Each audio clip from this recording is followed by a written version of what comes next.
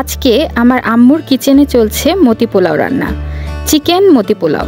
সাধারণত মেহমান আসলে আমরা পোলাও রান্না করি, কিন্তু এই পোলাওয়ে যদি একটু বৈচিত্র্য আনা যায় তাহলে তো আপনার কদর বেড়ে যাবে। মতিগুলো রেডি করার জন্য কিছু এক্সট্রা কাজ করতে হবে, তাছাড়া অন্যান্য সব কিছুই অ্যাজ ইউজুয়াল পোলাওয়ের মতোই। আসসালামু আলাইকুম, তাসনিমস মমস কিচেনে আপনাদের সবাইকে ওয়েলকাম। মতি বা চিকেন বল বানানোর জন্য যে মিশ্রণটা প্রয়োজন সেটা আমি আগে থেকেই তৈরি করে নিয়েছি। ভাবছেন এটা কি হলো, মিশ্রণটা কিভাবে তৈরি করলাম সেটা দেখাবো না? কিছুদিন আগে আমাদের পেজে চিকেন কাঠি কাবাবের একটা রেসিপি আপলোড করা হয়েছে। চিকেন কাঠি কাবাবের জন্য চিকেনটাকে যেভাবে তৈরি করেছিলাম ঠিক সেইভাবেই আজকের মতি পোলাওয়ের জন্য চিকেনের মিশ্রণটা তৈরি করেছি। আপনাদের সুবিধার জন্য কাঠি কাবাবের ভিডিওর একটি শর্ট ক্লিপ স্ক্রিনে দেখিয়ে দিচ্ছি। রিকোয়েস্ট থাকলো একটু কষ্ট করে ওই ভিডিওটি দেখে নিন, তাহলে বিষয়টি আরও পরিষ্কার হয়ে যাবে। চলেন মতি বানিয়ে ফেলি। হাতে তেল লাগিয়ে ছোট ছোট বলগুলো প্রথমে তৈরি করে নিতে হবে।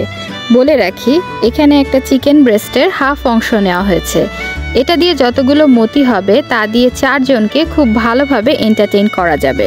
এখানে একটা ছোট্ট টিপস, চিকেন বলের এই মিশ্রণটা তৈরি করে আপনারা ডিপ ফ্রিজে মাসখানেক সংরক্ষণ করতে পারবেন। এটা রেডি করা থাকলে মতি পোলাও রান্নার জন্য সময় বেঁচে যাবে।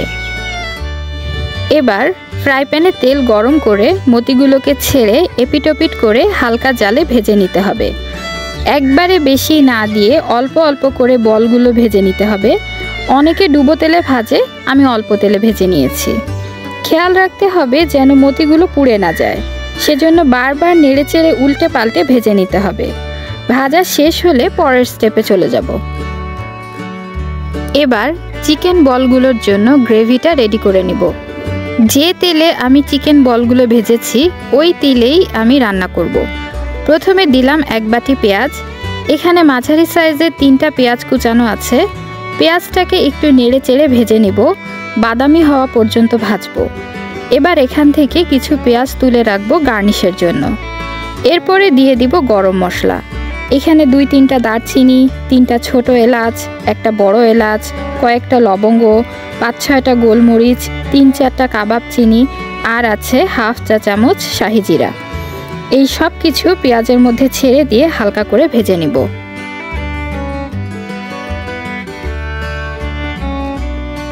এই রান্নার জন্য আমি চিকেন স্টক ব্যবহার করেছি। প্রায় 1 গ্লাস মতো চিকেন স্টক নিয়েছি। যদি চিকেন স্টক না থাকে তাহলে পানি দিয়ে রান্না করলেও চলবে। ভাজা পেঁয়াজের মধ্যে একটু চিকেন স্টক ঢেলে দিলাম। এবার এটার মধ্যে মশলা মিশাবো। দিয়ে দিব 1 চা চামচ রসুন বাটা এবং 1 চা চামচ আদা বাটা। দিয়ে কিছুক্ষণ নেড়ে চেড়ে নিব। এরপর দিয়ে দিব স্বাদ মতো লবণ।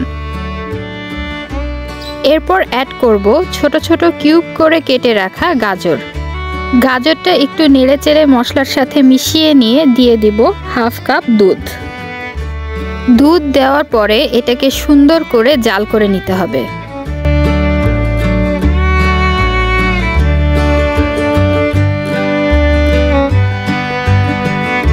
সাথে দিয়ে দিব টেস্টের জন্য একটুখানি চিনি।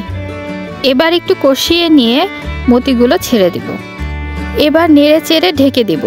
চিকেন বলগুলোর মধ্যে গ্রেভিটা ঢুকবে এবং বলগুলো একটু সফট হবে, এজন্য মিডিয়াম লো ফ্লেমে ধীরে ধীরে রান্না করতে হবে। 5-6 মিনিট পরে দিয়ে দিব 1 চা চামচ লেবুর রস। কেউ চাইলে দুধ আর লেবুর রসের পরিবর্তে টক দইও ব্যবহার করতে পারেন। ঝোল টেনে তেল ফোটা পর্যন্ত এটা রান্না করতে হবে এবং নামানোর আগে হাফ চা চামচ গরম মশলা দিয়ে নামিয়ে নিতে হবে। ব্যাস, মতি পোলাওয়ের জন্য মতি রেডি। এবার পোলাও রান্নার পালা।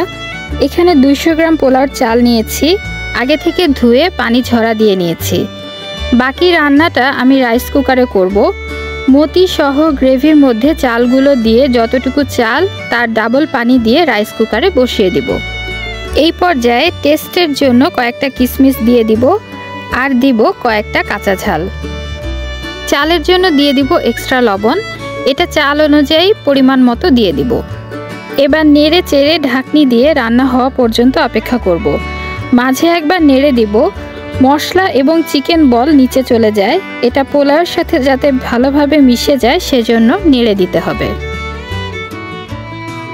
এই তো হয়ে গেল সাধারণ পোলাও থেকে অসাধারণ চিকেন মতি পোলাও। এবার চলে যাব পরিবেশনে।